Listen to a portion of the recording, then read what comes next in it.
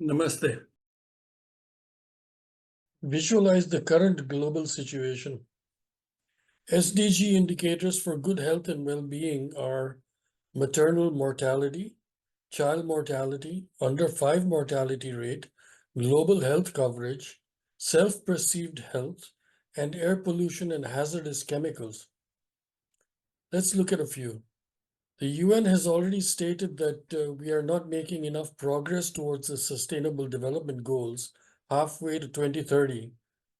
Developing countries and vulnerable populations are bearing the brunt of this failure due to long-standing global injustices, climate change, COVID-19, and economic inequalities are compounding the challenges for many developing countries.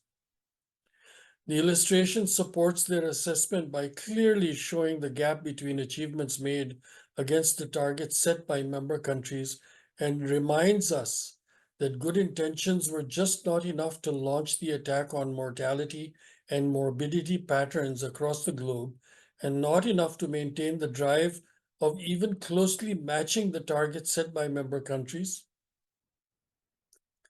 A brief insight into the challenges faced is covered in this presentation, as this is not intended to be a diagnostic. Let's have a quick look at general health and well-being indicators. Just the statistics will shock you. Approximately 287,000 women lost their lives during and after pregnancy and childbirth in 2020.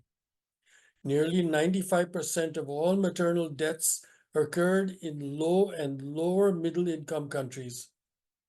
Sub-Saharan Africa and Southern Asia accounted for about 87% of the estimated global maternal deaths in 2020. Sub-Saharan Africa alone witnessed approximately 70% of maternal deaths, while Southern Asia accounted for about 16%. Despite the high maternal mortality ratio, MMR, in sub-Saharan Africa, there was a substantial 33% reduction in MMR between 2000 and 2020. Since 1990, substantial progress has been made in reducing childhood mortality worldwide. Under 5 deaths worldwide have declined significantly by 2021 to 5 million. As of 2021, it has dropped to 38 deaths per 1,000 live births. Leading causes of child deaths globally are infectious diseases such as acute respiratory infections, diarrhea, and malaria, along with complications from preterm birth, birth asphyxia, and congenital anomalies remain the primary causes of death for children under 5. Basic life-saving interventions can save many young lives. Achieving universal health coverage by 2030.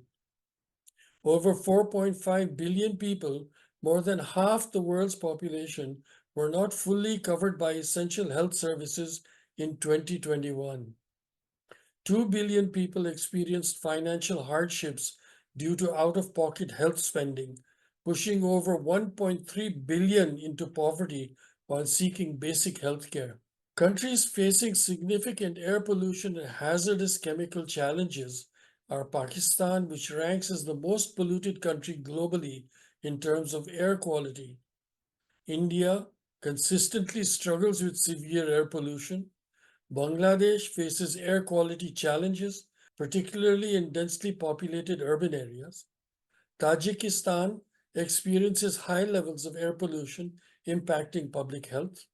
Burkina Faso also struggles with air pollution, affecting its citizens' well-being.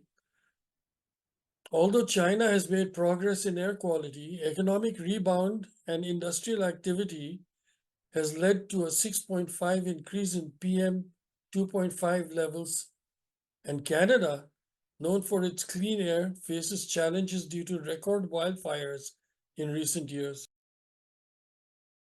Government resource constraints or the inherent half-heartedness of governments in providing access to affordable health care is a frightening thought. The sick, weak, and vulnerable and their caretakers are put through so much inconvenience to access basic primary healthcare services that many prefer death to the trauma they need to undergo to get to a PHC, wait to see the doctor or nurse, get a prescription and medicines if available, and get back home. In many countries, it takes days to see a doctor, so they revert to the local quack who exploits the vulnerable.